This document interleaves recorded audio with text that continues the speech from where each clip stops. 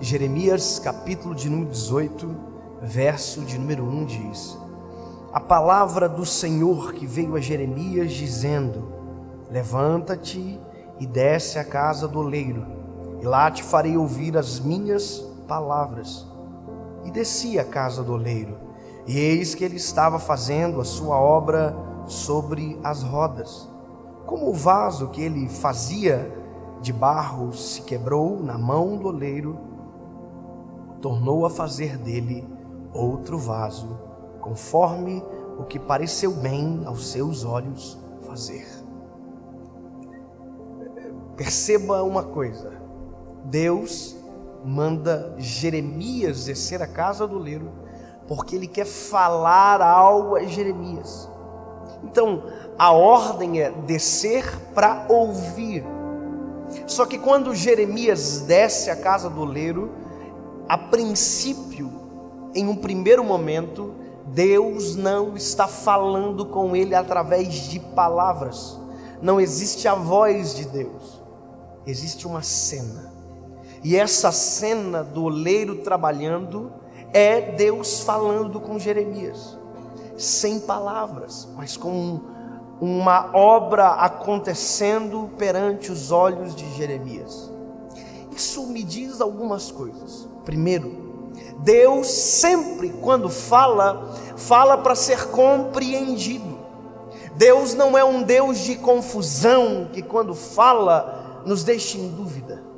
Sempre quando Deus fala, nós entendemos. Ou seja, quando você diz que não sabe se foi Deus que falou com você, provavelmente não foi Deus, porque se fosse Deus, você teria certeza.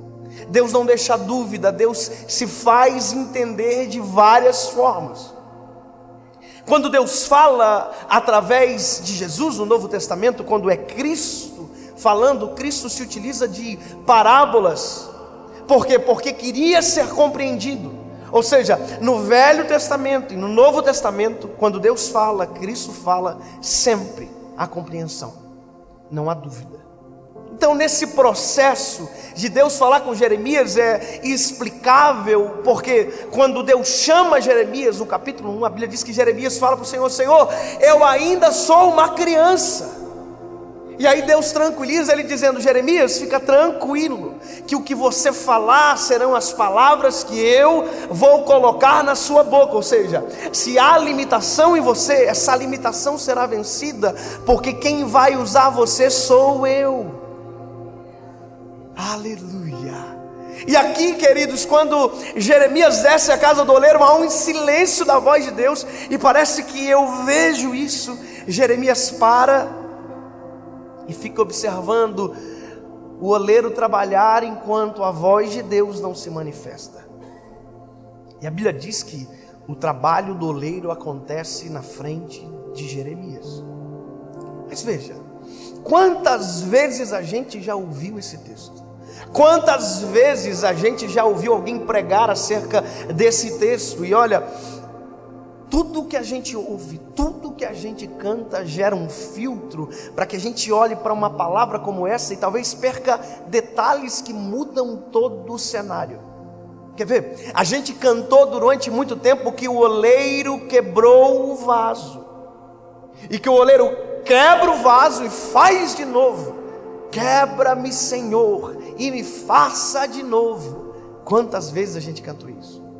Só que quando você vai para a palavra, você vai perceber que o oleiro nunca quebrou um vaso. Porque quebrar um vaso é falta de perícia. Quebrar um vaso é falta de habilidade. E se tem uma coisa que o oleiro não tem, e aqui eu sei que você sabe do que eu estou falando, se tem uma coisa que o oleiro não tem, é falta de perícia. Ele é perfeito no que faz, ele não erra e ele não abre margem para perder o investimento dele. Ou seja, se o oleiro não quebrou, o que aconteceu? O texto diz: o vaso quebrou-se na mão do oleiro. Sabe o que é isso? O problema não é o oleiro, o problema é a matéria-prima que é ruim. O problema não é a habilidade ou inabilidade do oleiro, não. O problema é que a matéria-prima é barro. E barro é barro. Aliás, o que me alegra é saber que o oleiro chama de vaso aquilo que nem ainda vaso é. O oleiro olha para o barro e diz: isso aqui é vaso. Enquanto todo mundo olha para barro e chama de barro, o oleiro diz: isso aqui para mim é vaso. Ou seja, ele é o único que olha para aquilo que todo mundo despreza e diz: não, é vaso. Mas não tem formato de vaso, mas eu sei fazer, eu sou oleiro. Então, essa é a primeira fase. O oleiro pega o barro, pega algo que ninguém valoriza, que está no chão, coloca sobre as rodas. A roda começa a mexer. Ele molha as mãos e começa a trabalhar no barro.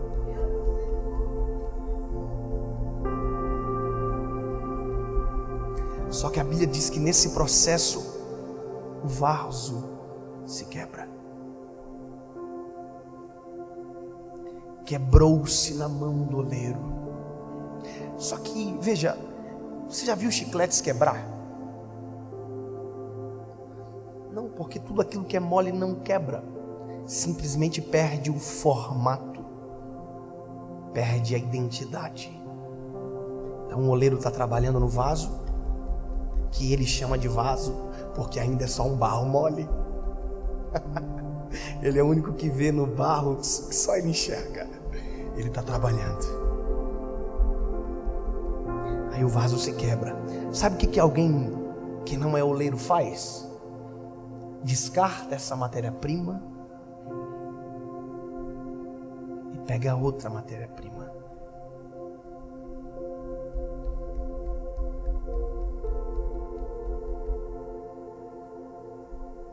Mas a Bíblia diz que o oleiro não. O oleiro, quando o vaso que é barro e que ele chama de vaso perde o formato, é isso aqui que acontece.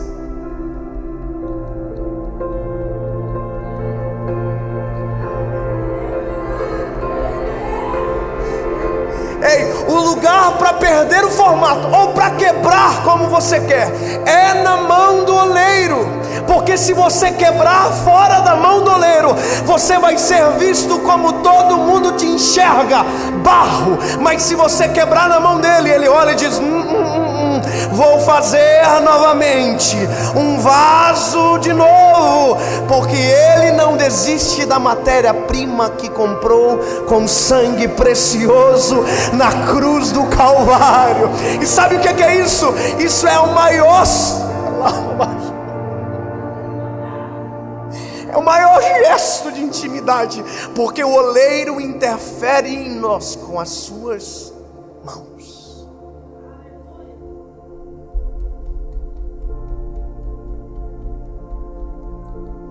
Quebrou?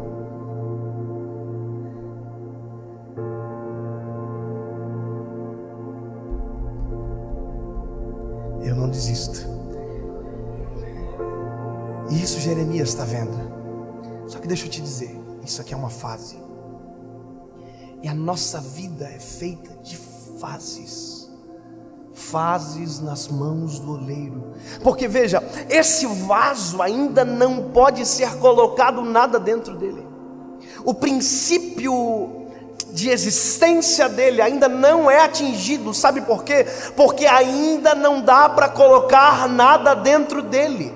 Não dá. Porque ele ainda está mole. E Paulo vai dizer: tendo porém tesouros em vasos de barro. Qualquer coisa que for colocada dentro dele agora adere a ele. Isso é o maior perigo da gente, quando aquilo que a gente recebe adere a nós. Você já viu gente que mal começou já está se achando? Já viu gente que pregou uma vez já se acha melhor do que o outro? Você já viu gente que porque canta melhor acha que é melhor do que alguém?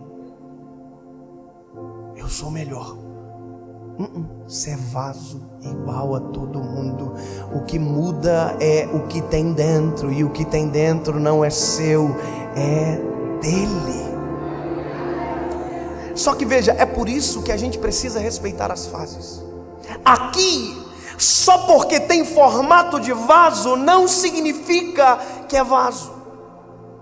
Só porque tem formato de vaso não significa que está pronto. E a gente tem que ter essa percepção. Ter o formato de vaso não nos diz ser vasos, porque tem processo para acontecer. E o processo do vaso é esse: quando o oleiro termina, a Bíblia diz que ele pega o vaso e leva para o forno. E agora, meu amigo, não se trata mais da habilidade do oleiro, se trata da nossa.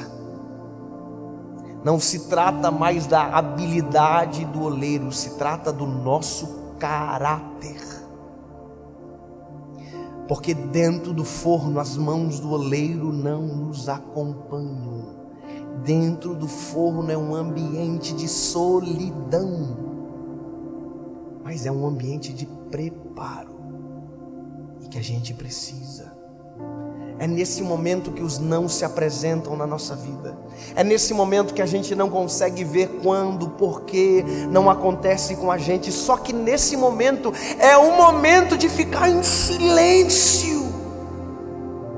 O problema é que quando as pessoas saem das mãos do oleiro e vão para o forno, no forno reclamam, murmuram e dizem: o problema meu é minha igreja, o problema meu é meu pastor, o problema meu é minha liderança, o meu problema é que Deus, chato.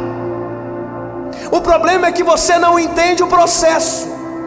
O problema é que você não fica quieto aonde deveria silenciar.